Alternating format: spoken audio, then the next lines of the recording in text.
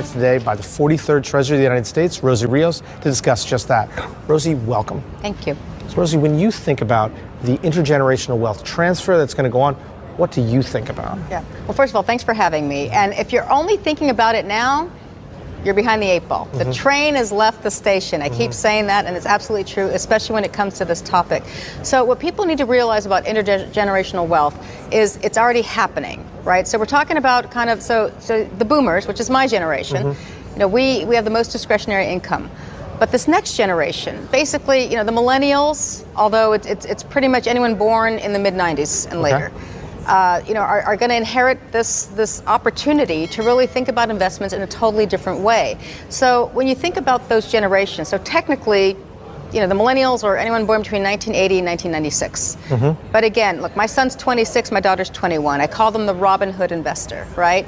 But in reality, you know, these are kids who grew up with the internet, right? So anyone who's grown up with the internet, they see the world as very flat. It's no longer what they're taught at home, what they're taught in the classroom. It's what they see. It's what they've learned, the good, the bad, and the ugly of the internet.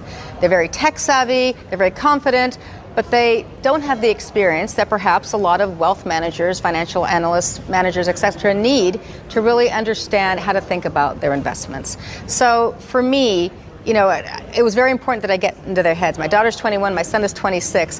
When I left the Obama administration in 2016, after serving both terms, I studied these kids, I call them kids, for 2 years at Harvard. And I really want to understand kind of the social, political, economic way that they think and how they behave. And for them, you know, it's kind of this one and done world, right? It's set it and forget it. Right. Technology means everything to them. They're very, very confident, they're very progressive, and they're very savvy. But again, they lack a lot of the world experience that my generation still has.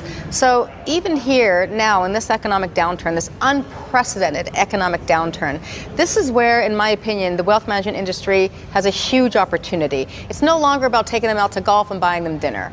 It's really kind of thinking about how to use technology and information in a totally different way. So if you're not already on their app, on their phone, and that's how they access information, if you're not already there, you know, you're behind. You're behind. So for people to really think about how to use technology, how to kind of think about kind of out of the box approaches to investments, and really it's not just about assessing value, it's creating value. And again, really being able to understand how these kind of exotic investments work, whether it is crypto, whether it is thinking about getting into, whether it's the metaverse, etc., these pre-IPO opportunities. I mean, the time is now. The absolute time is now.